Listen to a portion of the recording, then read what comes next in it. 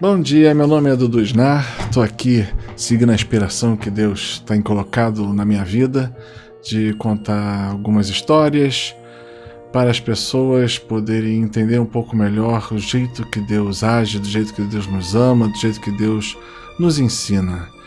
Esse é meu segundo áudio e o primeiro eu falei um pouco sobre como Nossa Senhora foi importante para mim, como ela me educou, e a história das imagens que vertiam óleo e ajudou muita gente a ter um encontro com Deus, a ter fé, né? Essa história que hoje eu venho contar aqui nessa página que me cedeu o espaço, que é do Católicos Resolvidos, é a história do Velho Pedro. O Velho Pedro foi um senhor que trabalhou na casa do meu avô, depois trabalhou lá em casa com meu pai, na parte de jardinagem, de uma fé incrível e uma criatura de um coração simples, mas muito bondoso. Certo dia, ele chegou lá em casa e pediu para minha mãe para rezarem pelo netinho dele. Minha mãe prontamente achou interessante a ideia e falou: não, pode trazer o seu neto que a gente reza assim. A primeira coisa interessante disso é a gente nunca falou pro Velho Pedro que a gente é católico, que a gente é cristão ou que a gente era de oração. Ele chegou a essa conclusão vendo a dinâmica lá de casa e é legal quando a gente evangeliza pessoas apenas com gestos, sem chegar a ter que falar em Jesus. Esse é um pouco mais verdadeiro, eu acho. E aí, voltando ao Velho Pedro e essa história interessante, ele chegou com o netinho dele no dia seguinte, chegou ele, a filha e o netinho. Quando chegou, a minha mãe falou, né, Pedro tá lá fora, trouxe o neto, vamos lá rezar por ele? Eu falei, vamos. Aí quem estava lá em casa foi com a gente. Não lembro direito se era o Arthur ou se era o Marcelo, mas sempre tinha gente lá em casa. E chegamos ali, estava o Pedro sentado no jardim, com o netinho no colo e a filha. Quando eu olhei para a criança, eu até estremeci um pouco, porque era uma criança de uns 7 anos de idade e tinha um problema bem grande, porque a criança não controlava nada do corpo. A criança meramente controlava os olhos, o resto era que nem um boneco, um vegetal. Ela tinha uma dislexia profunda, então não mexia os braços, não mexia as pernas, nem o tronco, não controlava a cabeça, até a cabecinha tinha que ficar sendo segurada pela mãe ou pelo Pedro. Ao ver aquilo eu falei, nossa, que problema que ele passa, que eu nem sabia. Como tanta gente na vida, ele está do nosso lado, a gente não olha para o lado, né? A gente só acha que a gente tem problemas, né? E tem gente que tem muito mais do que a gente. Deus faz a gente abrir um pouco o coração, olhar para o lado e tentar ajudar o próximo, como Jesus disse um pouco. E seguindo aquele chamado, aquele pedido de um avô, a gente foi rezar pelo neto. Rezamos por ele, foi uma oração de uns 20 minutos. Oramos, o Velho Pedro ficou muito agradecido, pegou o neto no colo e foi para casa. E nós seguimos a nossa vida. Aquilo, né, me deixou mexido, mas tudo bem. Mais ou menos 6 meses depois, nós estávamos de novo na casa dos meus pais, em Teresópolis, e eu lembro que minha mãe chegou de novo e falou, o Pedro pediu oração de novo pelo neto, vamos rezar de novo? Eu falei, vamos sim. Então, falando com o Pedro, no dia seguinte estava ele lá com a filha e o netinho de novo, sentado lá no jardim no banco. E eu lembro porque já foi um susto para mim muito grande. Porque aquela criança que não mexia nada meramente os seus olhos, ela já conseguia firmar a cabeça, e à medida que a gente ia falando, ela chegava a cabecinha para um lado, aí mexia a cabecinha para o outro, e ia acompanhando a gente com o olho atento. Aquilo já tinha sido para mim um verdadeiro milagre. Mal sabia eu do que Deus queria. Mas vamos lá, né? Deus já fez já tinha feito uma coisa fantástica com aquela criança.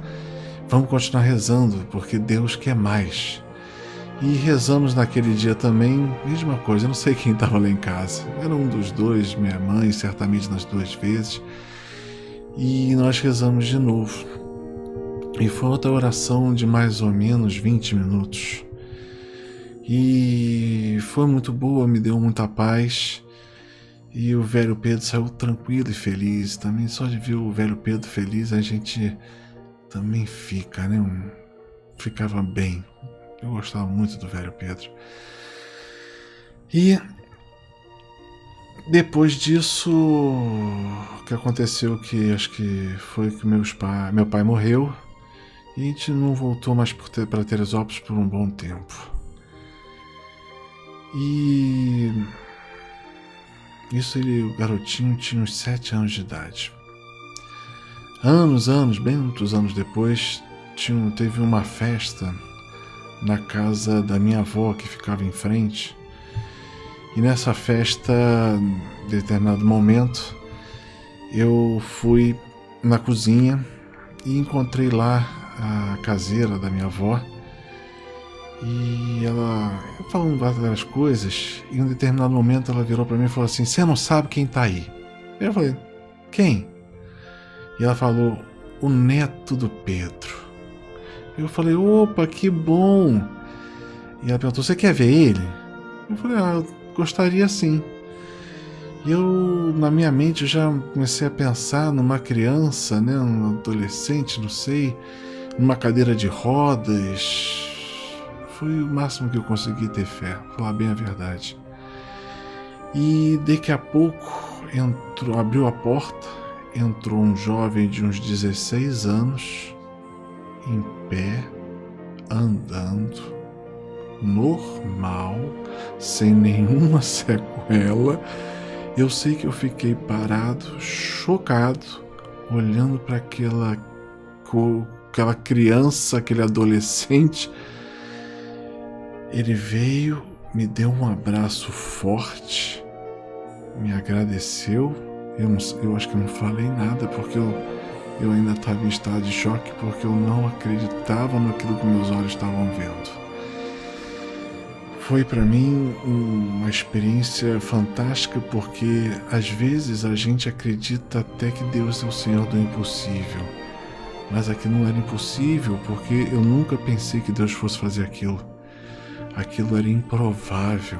Deus me ensinou que nada era impossível. Ele pode fazer qualquer coisa. E o engraçado dessa parte toda é que ele mostrou o que era possível fazer usando a minha pequena fé, minha ousadia com minha mãe e meus irmãos de fé, que simplesmente a gente acreditou, impôs a mão e Deus fez aquele milagre. Aquela criança era normal. Eu fiquei muitos dias pensando naquilo. Tem coisas que Deus faz que Ele quer nos educar na fé. E o mais interessante é que Deus fala uma vez com a gente, depois Ele fala de novo e depois Ele confirma. Ele já tinha falado que ia curar aquela criança na primeira vez, na segunda vez Ele falou que ia curar aquela criança, e na terceira vez Ele comprovou que nada é impossível para Ele. Então, meu irmão, minha irmã de fé, se você tem algo que é impossível, é hora de você começar a acreditar no Deus do impossível, no Deus do improvável. E a grande notícia é que Jesus está vivo, ressuscitou, e se Ele está vivo, tudo é possível. Então, ouse na fé, ouse ter fé. Acredite no impossível e que teu Pai de bondade, Jesus, o Espírito Santo, te amam de uma forma que você não entende. E mesmo que a gente ache que sabe alguma coisa, o plano de Deus, como Deus pode ser sempre novo, Deus pode ser sempre diferente e Deus sempre é melhor do que a gente imagina. Então, quero que nesse dia você saiba, com esse pequeno testemunho que eu estou dando, que Deus pode fazer muito por você, para você, e te fazer uma jornada totalmente diferente do que você imagina. Deus tem um plano para a tua vida, como tinha para a vida do velho Pedro. E eu não vi mais o velho Pedro, mas eu tenho certeza que quando ele morreu ele estava feliz, porque aquilo que ele precisava e que ele esperava de Deus, no fundo ele teve. O neto dele, um homem de pé. Bom dia.